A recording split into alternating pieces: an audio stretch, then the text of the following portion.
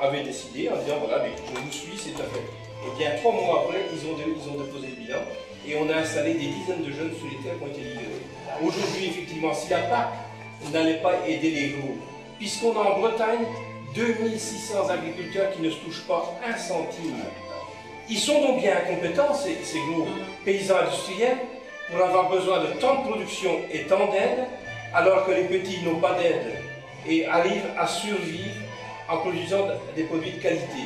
Donc le système le plus performant n'est pas le système industriel. Et nous, on a, effectivement, c'est un autre positif que je vous ai donné, on a aujourd'hui des réseaux de jeunes partout, ici dans le centre-Bretagne, partout, qui travaillent autour du réseau européen Requiem the Field et d'autres. Des jeunes qui disent accompagnez-nous dans la recherche de micro-projets, on veut s'installer. Et je peux vous en donner des noms de jeunes aujourd'hui qui sont en phase d'installation. J'étais hier soir à une rencontre à l'autre bout du centre-Bretagne sur ces questions-là. Et des jeunes qui disent aujourd'hui, nous on ne veut pas 50 ou 100 hectares, on en veut moins, on veut simplement être reconnu et on veut essayer de mettre en place des politiques de circuit de valorisation. L'agriculture de demain, c'est celle qui devrait être partagée avec l'ensemble de la société, avec l'ensemble des citoyens. On est à une période charnière. La PAC de l'après 2013 applicable en 1994, elle va être écrite en février 2011. Donc maintenant, et ça c'est extrêmement important, on doit se mobiliser pour dire, on a besoin d'une politique agricole, mais pas une politique agricole qui serve l'agriculture industrielle, mais une agriculture qui participe à la répartition des productions sur les territoires, qui participe à l'emploi, à l'environnement, et qui tourne le dos à la question des échanges internationaux qui sont destructeurs.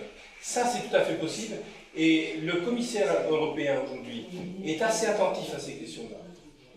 On a eu Marc Chalet qui était aussi attentif à une époque. Mais on pourra gagner dans les mois qui viennent que s'il y a une très très grande mobilisation de tous, mais vraiment de tous, pour dire fini les détournements de fonds publics qui servent je veux dire, détruire les hommes, l'environnement, l'emploi. C'est fini, il y en a marre.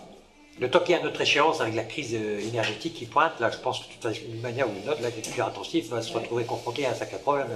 Mais le bâtiment qu'on fait à Trébrivant, 20 ans de vie, dans 20 ans, on sera à peu près aux environs de 8 milliards, à peu près 8 milliards d'habitants sur la planète. Ce type de pollution, c'est déjà des projets qui ne correspondent pas aux attentes de demain. Comment on peut imaginer qu'on va continuer à aller chercher des matières premières à l'autre bout du monde, transporter à coup de pétrole et réexporter avec du pognon et à coup de pétrole ailleurs. Aller chercher du soja pour l'envoyer ici et renvoyer nos lots de cochons en Corée, mais il faut être complètement fou. Il y a certainement une communication à faire de côté là.